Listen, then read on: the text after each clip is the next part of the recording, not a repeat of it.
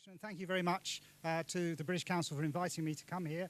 I'm going to, as Andrew was saying, I'm going to try and put some context around the teaching of English language, or the support of English language teaching with technology, and some of the issues discussed in the book that's been mentioned, and I'll quote a couple of the case studies that are part of that book. I'm also conscious that I'm A, after lunch, and B, quite a lot of some of the things that I was going to say have been covered in talks earlier. So I might skip a few slides and I might emphasize particular things that kind of reinforce issues that I'm interested in. But I've been around educational technology and language teaching for the best part of my academic career. And I've been involved in a number of projects that have supported that area. I mean, and this sort of slide, sorry, I'm looking at that because the slides are normally there. These slides here support some of that idea. And I don't know how easily you can see that, but on the right-hand side of the slide, there's a little postcard of where I started what I consider my professional career, which is in Mongolia. It was a very low-tech environment, but still, there were educational technologies there. And at the other end of the spectrum, there's me underneath my name as a character in Second Life. Now, some people may not know what Second Life is, but it's a virtual gaming environment. So the kind of work that I do stretches across a whole range of technologies. I'm not going to dwell on the high-tech world, but it is part of the picture that we inhabit. So the talk is going to give a little bit of background, and I'm going to skip over a lot of this kind of stuff because it's been talked about, but make a few points about what I refer to as the digital turn. It's not my particular term, but other people have used it. I'm going to look a little bit about social justice as well. I'm going to pick up on some of the issues that I think are important there, and I'm going to quote at least one of our earlier speakers, Tom Power, who talks about those issues as well. I'm going to refer a little bit to the different contexts of English language teaching. This book covers one of the things that it does. It looks at a range of different contexts. I'm going to focus primarily on primary and secondary education, but obviously also teacher education as well. And then I'm going to give a few examples. And I'm going to draw on some of my own examples, but I'm also going to look at examples that I've discovered over the last few years, going to talks and being parts of projects, particularly work that the British Council do, very interesting, innovative work the British Council do in these areas that they don't tell you very much about, but I'm going to do it for them because I think they're fascinating, some of the projects that they do. And I'm going to show, I hope, a little bit of how, on the work that I'm doing in Pakistan, I'm going to use Pakistan as a case study of how we're taking ideas from other contexts, plus with some context of our own ideas of our own, and putting them together to make, hopefully make a difference, which is the social justice angle in a particular context. So I will skip over a lot of this, but there's no denying that we're in a different world. All right? The point that I want to get out of this particular set of slides is what happens in all of these contexts is what Diana Laurillard, who worked for many years at the Open University, talked about the conversations. So here we see a father having a conversation with the daughter, but instead of using one of these things, which is what I did when I was reading to my children, he's using a tablet. What happens on Wikipedia, which I'm sure you'll recognize, is not the fact that it's lots of content. I mean, that's something that's interesting and effective in itself, but it's the engagement that people have with that content, the changes that people make. So it's the dialogue, and it's the same in all of these contexts, whether it be mobile learning, tablets in the classroom, activity on Second Life. So all of these things are about conversations. The other thing I think it's pretty obvious to say is there is a bit of a divide. We don't like to talk about divides so much these days, but there's a divide between the children in the classroom and the people who are expected to teach them. And we sometimes describe these in different kinds of way. One sort of a divide. One way of describing them are digital immigrants, which are mostly teachers, and digital natives. There are lots of other ways of looking at that, but there are differences, and there have always been differences. It's not as if that when I was at school, there wasn't a difference between the way I used my technologies and the way that the teacher in that school used her or his technologies. So, this has always been an issue. The point about it, I think, is that the change has become so rapid and so significant. So we need to think about that when we think about teacher education. So software, or what we now refer to as apps, and again, I think it's useful to think about this history. We talk about apps a lot these days, but fundamentally they're bits of software. They're smaller, and they update more quickly than the older stuff, but they're fundamentally the same things. And what's interesting is their capabilities and the way that you're actually able to use them. So we have had word processors for an awfully long time, but now we can use them in a much more significant way, both inside the classroom as well as outside the classroom. They can be used independently. We've mentioned formal and informal learning, so kids can utilize those kinds of tools themselves, as well as actually being directed to use those in the classroom. So they might not be learning about them, they might not have to learn how to word process, but they need to kind of learn how to use them effectively outside of the system as well. Okay. Another myth, I suppose, if we want to talk about myths, we've talked about myths this morning, is that sort of technology is somehow new to the classroom. These are technologies that have been used for many, many years. This is from an article by a guy called Salaberry, who was reviewing the use of technology in the language classroom, and we've used a whole range of technologies. What's just happened, really, is that they've come up to date. So every time I do this, I refer to this slide, I kind of add a new technology at the bottom. But fundamentally, this is still video. Okay, there was a difference. I watched TV as a child at school in the classroom, and it was a different experience. We all got transported to the actual hall where we all had to watch it. We had to watch it in real time. But still, we did stuff with that information that was delivered to us. We went back to the classroom, we did exercises, we did activities, and we engaged with that. So it's the place and the spaces that have changed. It's not actually the medium that's different. So we're in a situation then where we have a plethora of different possibilities, and some of these perhaps have been mentioned in talks before. So, for example, your bottom right-hand corner, we have what we might describe as a multimedia classroom. People have referred to that. Sounds like it's a classroom with an interactive whiteboard. So there you go. There's an example of that.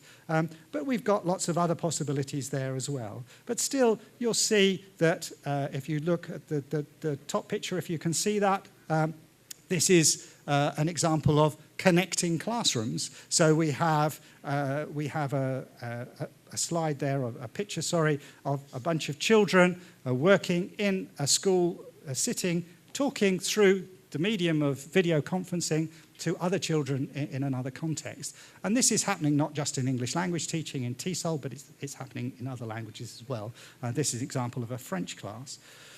One of the things that perhaps hasn't been mentioned, and perhaps it's not quite so relevant maybe in a developing country context like Bangladesh, but we have an increasing use of learners' own technologies within the classroom. So BYOD, for people who don't know, the acronym is Bring Your Own Device.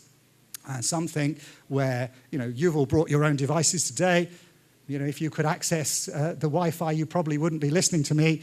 You'd probably be checking your email. But so it has its downsides as well. But at the same time, it's something that we see increasingly in the digital world, and causes problems for teachers in classroom, as well as opening up opportunities, because you could be checking out what I'd said and whether somebody had also said something similar like that at the same time. So it's getting those practices sort of working in the classroom that's important. So bring your own device, perhaps not so relevant here, but we'll think about that when we move on to another slide a bit later.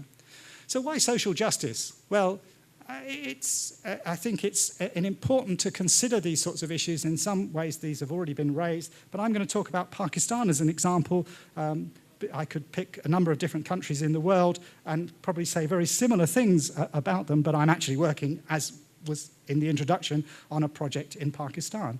And it's interesting to look at similar statistics as well. You've had a number of statistics that have been presented to you about Bangladesh and issues that are around that. So in Pakistan, a third of the total school population of 29 million, so 9.4 million children, are not actually in school.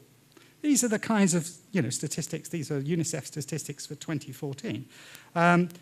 And in Pakistan, public school expenditure is currently falling from 2.7%. So it's already very low, and it's dropping. So not a good picture here, is it? And the country sits 146th out of 186 in the 2013 Human Development Index. So, potentially it's got a few issues in terms of providing for its education system.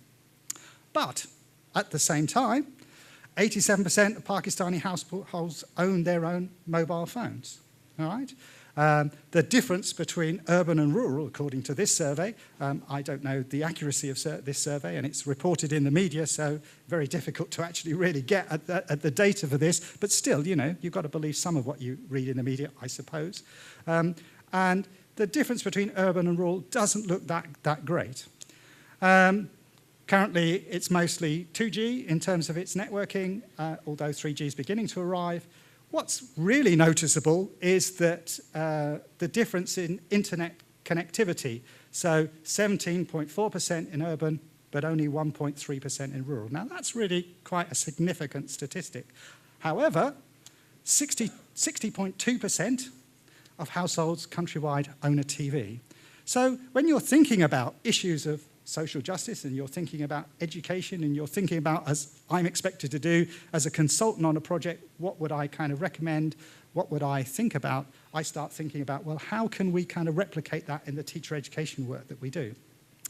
So we did a little survey. It's only a very small-scale survey, but we surveyed 1,000 teachers just to see what the situation was in terms of their use of technology. And you can see there that out of this group of teachers, almost 100% owned a mobile phone, but most of them pretty basic ones, as we kind of anticipated, but we couldn't be sure. But again, we've got a very high number there for the people who own a TV, and quite a surprisingly high number of people who have access to a computer. Now, that's mostly teachers accessing computers in a local a resource centre or at a teacher centre and this kind of thing. It's not necessarily that they have access to that at home. The most common use of the mobile phone is for texting, they do use them for, the most common use is for making calls, but still a lot of them use it for texting. And at the moment, we don't really know much about the way that the learners use mobile phones or whether they actually have access to them. So it's not something we can include in what we're doing. So there's a quotation there around ICTs and social, giving people kind of access to sort of technology that can help promote democracy and prosperity in poor parts of the planet. So the idea would be, within this project, we're trying to reach 400,000 primary school teachers. So it's not an insignificant project. It's a massive number of teachers that we're trying to reach. And this is just in the Punjab region of Pakistan. And many of these teachers have access to no real resources whatsoever. But they do have these mobile phones. We can use materials that are based on existing British Council that they refer to as global products that can be localized and repurposed and reused effectively within the classroom. So we're not recreating the wheel, we're not reinventing things. And what we're trying to do is to enhance teachers' knowledge and skills. So again, this is the sort of stuff you've heard quite a lot about already before. We're trying sort of to work on that. And this is one of the key themes related to the success of Millennium Development Goals. I mean, one of the statistics that also comes out of that UNICEF report, and I think Tom mentioned this idea, was that we have a situation where you have lots of children now getting into school, so there's a massive increase in the number of children actually make it into school, but now we're interested in the quality of what's going on actually within the context. So it's about improving teachers to be able to do that.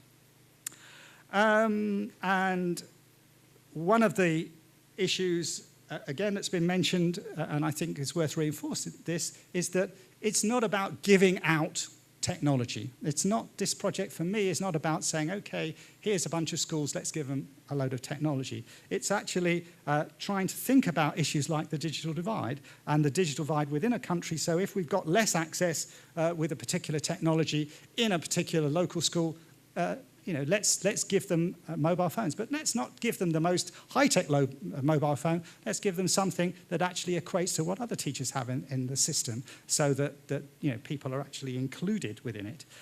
It reduces the divides within a country, and it begins to overcome some of the issues with social structures that contribute to inequalities. And as Tom has said in a recent article, along with other colleagues, access to ICT can be seen these days as a basic human right. So there are lots of issues in there around the notion of social justice and making sure that as we work on projects and as we sort of think our way forward into these areas and as an advisor on that sort of project, what we have to do. So we end up with what we might call a productive model. This again is this writer Zimbalas talking about the use of ICT that not only enables teachers to access the sort of information that have been talked about, the sort of materials that we can actually provide, but it potentially provides productive functioning within a local community as well. So that we've seen lots of, if you look around in the literature, you can find lots of examples of the way that mobile technologies can be used very effectively to actually promote community development. Classic examples of the advice given, for example, on crop prices to farmers. So as well as potentially providing a resource into the schools that are for language teaching and other kinds of teaching, it also provides a resource for the general community. And this is more in the domain of ICT development here. Okay, so I would then argue that, along with Power et al., that one of the most important contestations around ICT for rural education development is to strengthen the voice and power of educators and their communities over the discourse of technicians and global capital. So that's a fancy way of saying what other people have been saying, don't just load them up with a bunch of technology, give them a voice, let them actually kind of engage with that and do that themselves. And we have to avoid poor intervention design, inflated costs, issues around sort of developing social conditions, and making sure one of the things that, as a person who spends a lot of time doing teacher education, the undermining of the teacher is one of the biggest things that we do. We do it very badly. And I watched Sugata Mitra at the recent IATEFL meeting. I don't know how many people have heard of Sugata Mitra. He talks about self-organized learning, which is a fantastic idea. I have no problem with it. But his basic argument is, well, teachers are rubbish, so let's replace them with technology. And when you kind of get that sort of discourse coming out, you have to be very careful. So I think it's important that we, as we go forward and we use ICT in education, that we think about those sorts of things. So let's move on to more of my area of expertise, which is using technology as an enabler of language development. Now, this is not a new subject area. It's been around a pretty long time. I mean, I've been in the business 30 plus years, and it was going before I started as well. But it's become obvious, I think, to most people in the field that there are things that technology can do for language learning, particularly. It's a particular kind of thing, isn't it, language learning? It involves, as I said at the beginning, it involves conversation, it involves engagement, it involves all the sorts of things people have talked about, getting people to do project work, getting people out of the classroom, getting people to engage in authentic materials. And it allows, digital technology allows all those kinds of things. It creates opportunities. These are sort of technical TESOL terms, languaging, the ability to actually engage with language, do stuff with language. What we often do with language teaching is we treat it like a content subject. We give people information about it. We don't actually get people to do stuff with it. What's these days referred to as flipping the classroom, another of my not so favorite terms. The ability to prepare stuff in advance, so actually getting people to look at material in advance, to prepare in order to have something to say. And I remember very clearly when I came back from abroad and I was kind of really excited by all this kind of use of technology, and I ended up in a private language school working in London one summer. And there was a classic text classic exercise task within this textbook saying, right, okay, you're going to get these children, well, they weren't children, teenagers, young people, to write biographies about a famous person in their country. So, you know, you get them to start to think about the Italian student in your class. Okay, they'll know masses about Leonardo da Vinci. Well, of course they didn't. And they didn't even know what century he was born in. They didn't know anything about it. Now, in those days, it was very difficult to actually find that kind of information unless you trawled around as a teacher and brought it all into class. So there I was, you know, for 1 hour's lesson, I brought in tons of reference books and all this kind of stuff so these kids could actually do this kind of work. Now, of course, we can get them to do that outside class. We can get them to do that as collaborative work so they can actually explore those kinds of materials. And I've got examples there of you know, the writing as a process. We look at writing and the way that it works. We accept now that it's not just about the final outcome, it's about the process that you go through. And we have all sorts of access to different technologies that help us do that, not just individually, but again, collaboratively, getting people to work together. People need, if you look in the SLA literature, the second language acquisition literature, you'll see that one of the key things that people need is lots of input. You do need to go through lots of material in order to build up enough of a body of knowledge to actually begin to make use of it. So we can use all sorts of reading material that's available in various forms, in digital forms, to actually bring into the classroom. We've got lots of authentic possibilities for speaking and listening, lots of listening material out there, lots of opportunities to communicate with people through spoken language, and I've already mentioned project work, which again I think is kind of really fundamental, and other people have mentioned that as well. So, sorry, another plug for the book. I'll skip that one. It's all there, but the context are there. So, and again, I'm not going to dwell on this particularly because I think you're probably all more specialised about primary and secondary school learning. But there is, you know, a lot of interesting work going on around the world, and you see this massive development of the actually including English language into the classroom. And the third point down there, that it's often given very limited time. And so it goes against all of that stuff that I've just been saying. You need a massive amount of time to learn a language. So in typical classrooms in the UK for learning of French, they might get 15 minutes a week. You know, how are they ever going to learn, you know, a language effectively on 15 minutes a week? And maybe, you know, even if they do, they go into a secondary school, and what happens in the secondary school? They start all over again because people don't recognise that those developments have gone on. So we have also a situation as well that as we try and produce these policies about using language in the classroom, particularly in primary sector, we forget that a lot of these teachers don't use language either.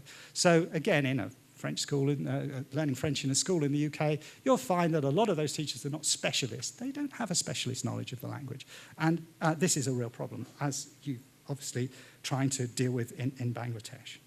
But right at the bottom there, you've got this fact that, you know, many children are growing up digital natives, but also not necessarily digitally literate.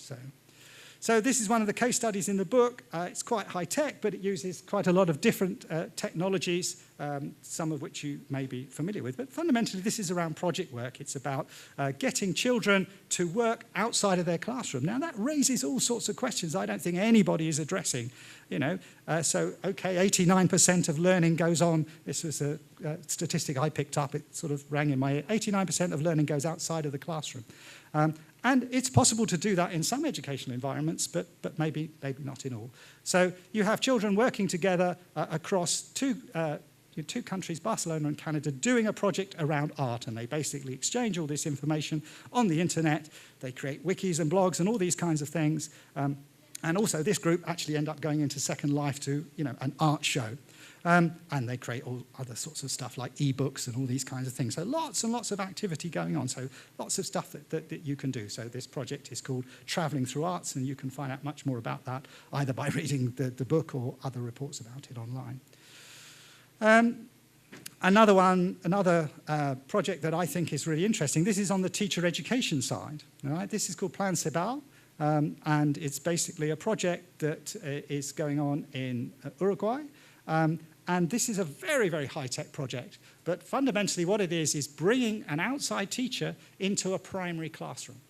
Now, this is a project sponsored and supported by the British Council, and what happens is than taking all of those teachers out of those classes and actually upskilling them in terms of English language teaching. But, you know, in a lot of other countries, you find that very, very difficult to do. So the proposal on the project that I have made to the British Council in Pakistan is, which is working in a similar kind of way, is actually to use Skype. Skype is available in many of the teacher centres, the existing teacher centres around the country. It's also something they're putting into specialised resource centres as well. So what we're doing is developing a number of materials that work to support teachers to develop their language skills remotely through Skype. So it's not quite the all-singing, all-dancing project that is Plan Sabal, but, you know, we'll see how it works. What we also will hopefully do as this develops, actually you know, sort of understand how to effectively get jobs. So we can use technology in a variety of very basic ways, or we can use them in more sophisticated ways. So we can start with simple phones. So in a context like Pakistan, where the basic phone usage is very basic, we can start off like that. But we do see, you know, 3G arriving. We can create sort of more sort of socially just sort of context by sort of exploring the way that we might you know, introduce those technologies in the classroom. So as a summary, then, just a few points there. Then for many people, particularly the young, and for most parts of the world, I've missed a bit out there. You can fill in the gap if you want. Digital technologies are central to the fabric of life, all right? So we can't ignore that.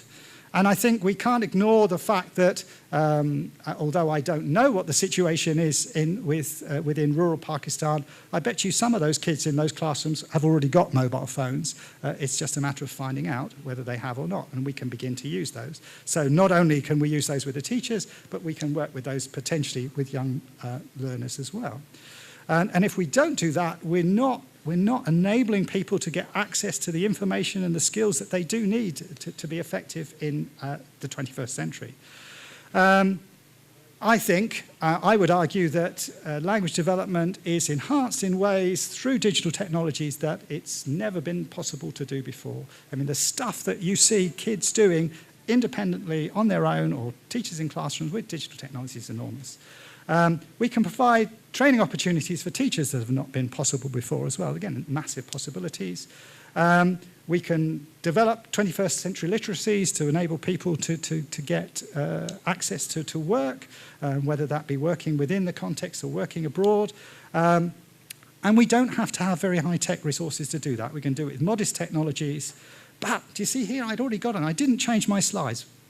Teachers' time, right? Absolutely central to what we do. If we don't provide teachers with time to do this, every study you look at will tell you the answer that it ain't going to happen.